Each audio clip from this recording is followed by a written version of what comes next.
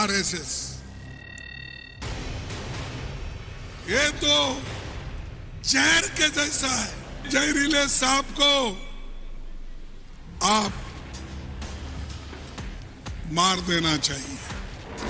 Black Mamba एक प्रजाति का सांप पाया जाता है जो जहरीले सांपों में भी सबसे ज्यादा जहरीला होता है। तुलना उनको इससे करनी चाहिए थी।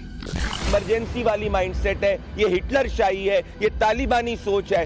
मोहब्बत की दुकान का नफरती सामान है जो आज कांग्रेस के अध्यक्ष के मुंह से लगातार निकल रहा है। कांग्रेस के अंदर लगता है अंग्रेजों का डीएनए आ गया है। थोड़ा पण मुंबईवरती घाला घातला तर हम आपको काटेंगे, जरूर काटेंगे। करारी पराजय होने जा रही है, इसलिए बौखलाहट इस प्रकार के बयान दे रहे हैं।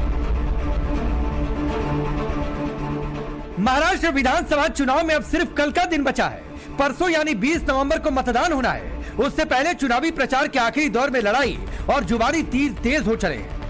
बटेंगे कटेंगे से शुरू हुई चुनावी लड़ाई आखिरी दौर में जहरीले सांप और तुमको काट ही देंगे तक उतर आई।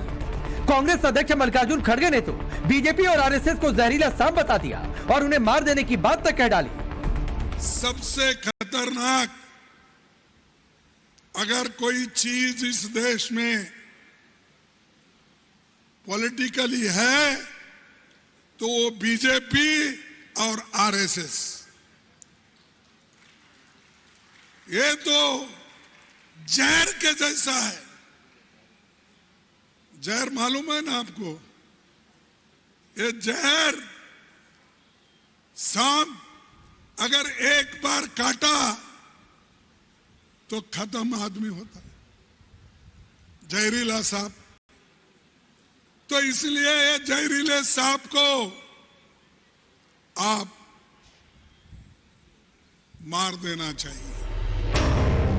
खड़गे के बयान पर बोलते हुए समाजवादी पार्टी 2 कदम और आगे निकल गई। अखिलेश यादव की पार्टी के प्रवक्ता मनोज यादव ने बीजेपी आरएसएस की तुलना ब्लैक कोबरा से कर दी।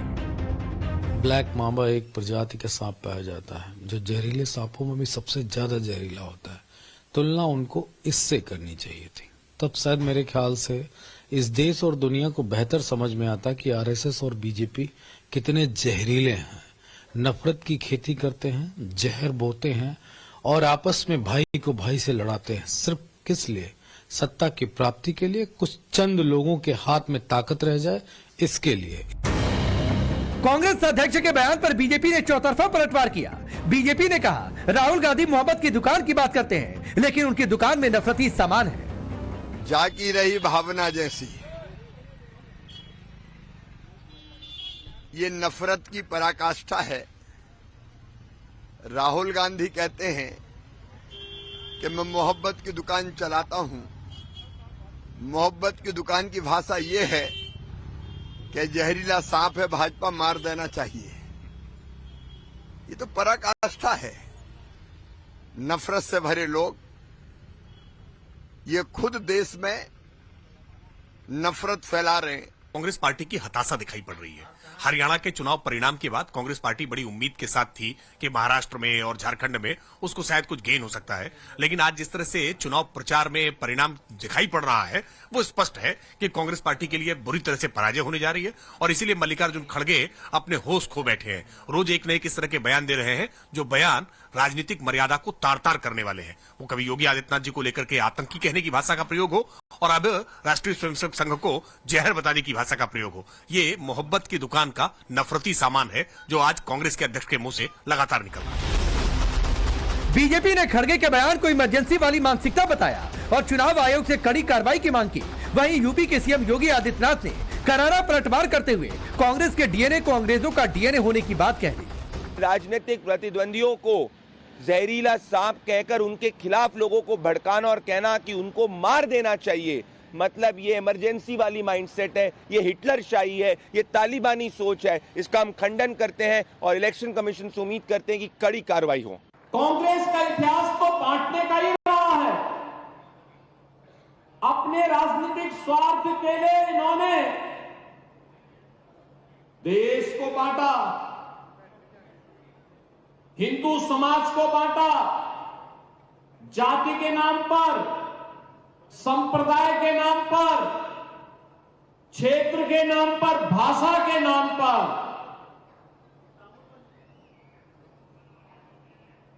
कांग्रेस के अंदर लगता है अंग्रेजों का डीएनए आ गया है। जो बांटो और फूट डालो राज करो की नीति पर चल रही थी, वही कार्य अब कांग्रेस कर रही है। खड़गे के बयान पर बवाल मचा ही था कि खुद को हिंदुत्व हृदय सम्राट कहने वाले उद्धव ठाकरे एक और कदम आगे निकल गए। उद्धव ठाकरे ने बीजेपी के बटेंगे तो कटेंगे नारे पर पलटवार करते हुए बीजेपी को जरूर काट देने की बात कह डाली। मी देवेंद्र फडणवीस आणि सगळ्यांना सांगतोय की तुमचं बटेंगे फटेंगे सोडा, पण मुंबईवरती घाला घातलात तर हम आपको काटेंगे, जरूर काटेंगे। उद्धव के बयान के बचाव में कांग्रेस उतरी और एक अलग ही तर्क दे दिया। ये तो सवाल आपको क्या नाम, जो बटेंगे कटेंगे खटेंगे ये कर देंगे, देवेंद्र फडणवीस धर्म युद्ध कर रहे हैं। किसके खिलाफ युद्ध कर रहे हैं भाई? अगर आप धर्म युद्ध कर रहे हैं, बांटेंगे काटेंगे, बटोगे कटोगे, बांट देंगे काट देंगे छांट देंगे, अगर भाजपा वाले क्या नाम इस तरीके की बयानबाजी करते हैं, भाषणबाजी करते हैं, तो हमारे साथ के लोग अगर उनका कोई जवाब देते हैं और वो भी शांति प्रिय तरीके से लोकल लैंग्वेज में, काट देंगे मतलब बीजेपी को कट टू साइज कर देंगे, छोटा कर देंगे, ये उन्होंने कहा है। उसके अलावा इसमें कौन सी विवादित बात?